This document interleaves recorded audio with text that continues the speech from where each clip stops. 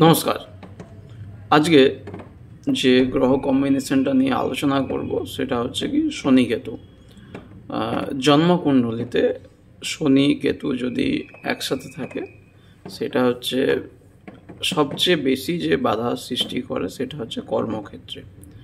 তার কারণ শনি as per নারী astrology Saturn indicate profession, Ketu obstruction. তাহলে আপনি যত বড়ই সাকসেসফুল পারসন হন না কেন, যত উচ্চ পদেই থাকেন না কেন, শনি কেতু যদি আপনার জন্মকুণ্ডলিতে অনুকূলে না থাকে আপনার ওয়ার্কিং প্লেসে একটা হিন্ড্রেনেস শো করবে।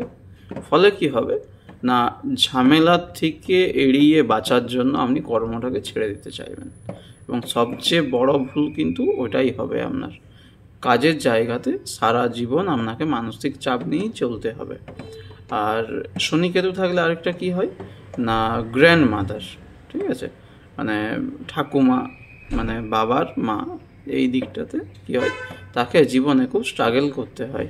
অবশ্যই জন্মকুণ্ডলিতে শনি কেতু পজিটিভভাবে বসে আছে না নেগেটিভভাবে বসে আছে সেটা দেখতে হবে। আবার গ্রহ গোচরে যদি শনি কেতু কোনোভাবে কানেক্ট হয় সেক্ষেত্রেও কিন্তু এইরূপ ফল হয়ে থাকে। প্রতিকারের জন্য অবশ্যই যেটা করবেন সেটা কি করবেন না, প্রতি শনিবার দিন কোনো অশ্বত্থ গাছের গোড়াতে হলুদ জল দিয়ে অশ্বত্থ গাছকে অভিষেক করুন, দেখুন অনেকটা ভালো ফল পাবেন। নমস্কার।